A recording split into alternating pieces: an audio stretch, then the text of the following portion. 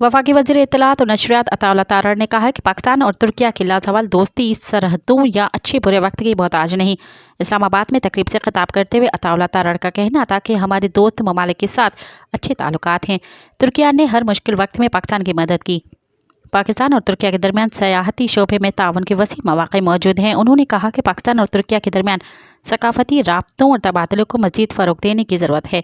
सकाफती ताउन के फ़रोग़ के लिए अवामी राब्तों को बढ़ाना होगा। पाकिस्तान और तुर्किया के दरमियान बरादराना ताल्लुकात कायम हैं। वफाकी वज़ीर का कहना था कि पाकिस्तान और तुर्किया के ताल्लुकात वक्त के साथ मजबूत होते जा रहे हैं। दोनों मुल्कों के अवाम एक दूसरे से गहरा लगाव रखते हैं।